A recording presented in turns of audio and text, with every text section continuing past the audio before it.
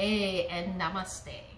So for this video, I will walk you through the Sirsasana 1, and it's one of the headstands. So disclaimer, this is for my students. This video is for my students who've been with me for, I would say, at least 20 classes. So this video is specific to my students for, again, who've been practicing with me for at least 20 sessions, because we've prepared the arms. We've talked about and practiced the connection to the muscles and the joints, and the breathing necessary to be able to at least attempt the headstand, right? So not for beginners, for my students who've been with me for at least 20 classes.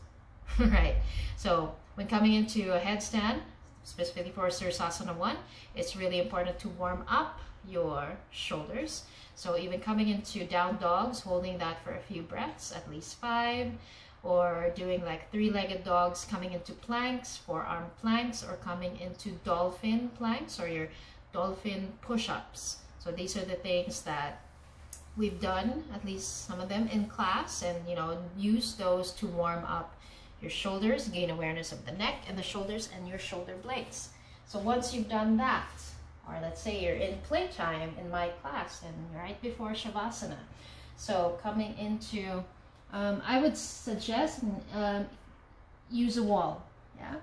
And it's just to give you confidence that you're not going to fall back and hurt yourself, right? The wall is your friend, the wall is there for you. How far away should you be from the wall? Forearm, right? Your middle finger and up to your elbows. I'd say that's fine. And if you feel that's too far away, halfway there, right? Maybe 5 or 6 inches from there. So some people like to have their palms not together, palms spread, your fingers interlaced. Some people feel that they keep their palms together and that gives them a lot more control on their arm muscles and their shoulder blades. So experiment with that. For me personally, I like them a little bit apart, not together, right? And it's the way that my shoulders, I suppose, are built, or how they feel most of the time. Keep your elbows shoulder width apart. A great way to measure that is by bringing your hands out to the sides like that, and that should be enough length. Too far away, that'll let you lose control. Too close, it might impinge your shoulders, create some pain in the shoulders.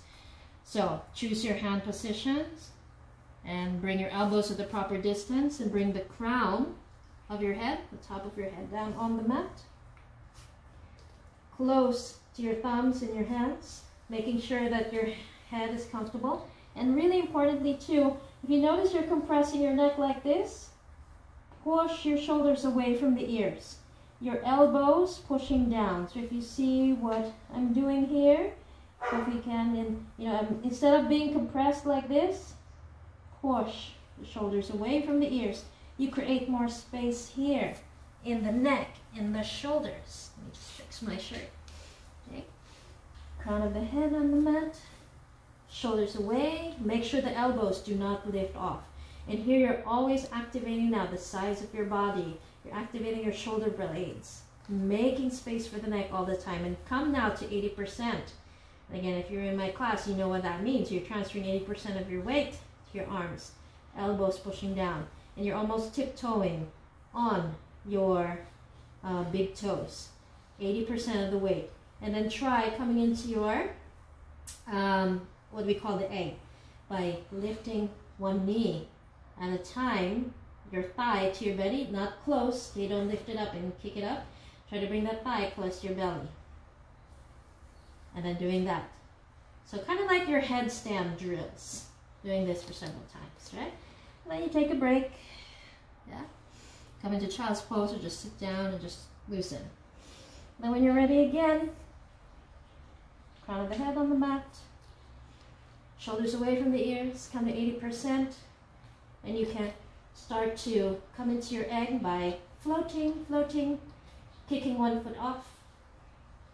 And here, if you're a first timer and if you don't have that control it necessarily. You can, in your egg, instead of holding back, fall back or step your toes back towards the wall. But what you want to be really aware of is not back bending. You want to keep the abdominals tight, or, you know, being really aware of your abdominals instead of just letting them flop out and feeling your back coming into a back bend. So not that, bring it in.